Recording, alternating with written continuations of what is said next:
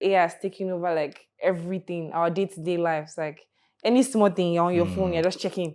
You're checking. Students, any small assignment they give you, you cannot even tax your brain. It's First like thing you're going to our AI. mini companion now. Let me put it that way. Your companion. Right hand man. Oh yeah, till nobody can think for themselves anymore. Exactly. But about this topic, I'm indifferent because I'm also a student, and God knows I use AI like crazy. I'm not even going to lie to myself or pretend. I use AI every day of my life. Even if it's like draft something or a statement or anything, I will use AI.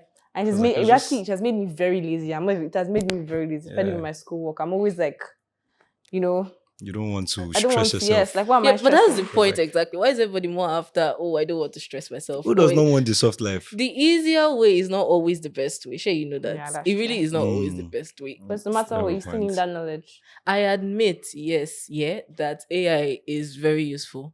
It's very useful. So sometimes you're in the moment and you need something, you need to think fast on your feet. It comes in handy then.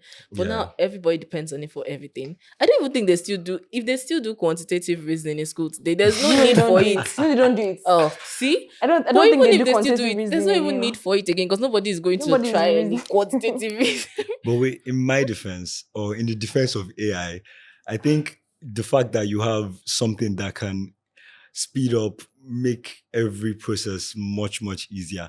When you're using AI to work, you're cutting down the time that it takes by like, let me see, 60 to 70%. I have a question, just one question. Yeah, what's that? When you use the AI, do you go back and read that in Nigerian?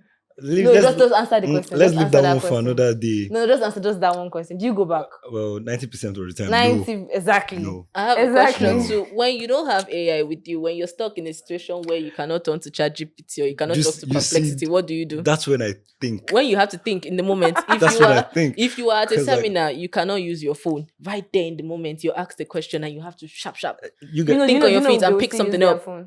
I'm saying some people in that moment, it's a seminar where you can't use your phone. I promise you, some people are so dependent. What if your phone is not available? Okay, that's true. Okay, let me tell you. What if you're the one giving a speech? You're on the podium. When I'm supporting AI, and someone in the audience asks you a question while you're standing there, it's like you're a president giving a press conference, and someone stands up and says, "Sir, what about this?" And he's like, "Just hold on, just give me a second." But the thing is that when I'm supporting AI, I look at it from the point of view that it will make us much better as humans and much more efficient, because it's never going to replace human reasoning. It can never.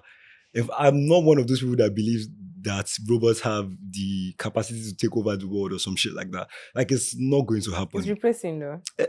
See, let me tell you, there's no way AI will be good. Sorry, let me come in here. You said it cannot take over human. It can't take over human reasoning. But then by the time everyone is used to using AI and nobody thinks anymore, what do we do? That's what I'm saying. No, that's the problem. You still think, but you can think alongside AI. Like, for example, now I have, let's say, an assignment and I'm kind of lost. I open my ChatGPT, my Snapchat AI, my DeepSeek, whichever one. You have a lot. Whichever one you pick. Sometimes you use a combo.